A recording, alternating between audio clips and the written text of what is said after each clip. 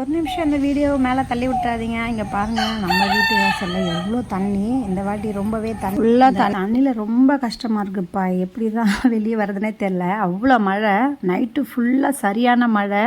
ஏரி குளங்கள்லாம் ரொம்பவே தண்ணி போயிட்டுருக்கு. சுத்தமாக வெளியில் வர முடியாமல் ரொம்ப கஷ்டமாக இருக்குது.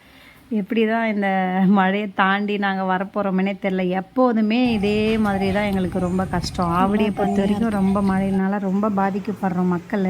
இங்கே பார்த்தீங்கன்னா மெயின் ரோட்டில் தான் இந்த தண்ணி ஃபுல்லாக சூழ்ந்துருக்கு பாருங்கள். காம்பவுண்ட் ஃபுல்லாக சூழ்ந்துருக்கு.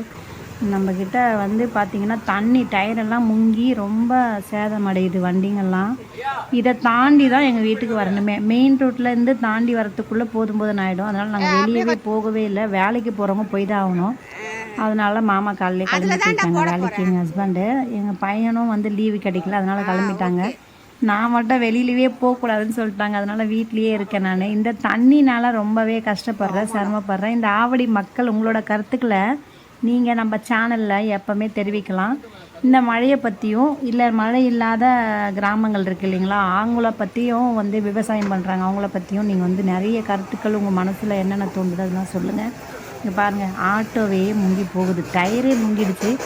அந்த ஆட்டோவோட சத்தம் பார்த்திங்கன்னா அவ்வளோ வேகமாக வந்து தண்ணியில் போக முடியாமல் கஷ்டப்படுது. இந்த வீடியோ எந்த அளவுக்கு பிடிச்சிருக்கு, கருத்துக்களை தெரிவிக்கலாம், ஷேர் பண்ணுங்கள், லைக் பண்ணுங்கள்.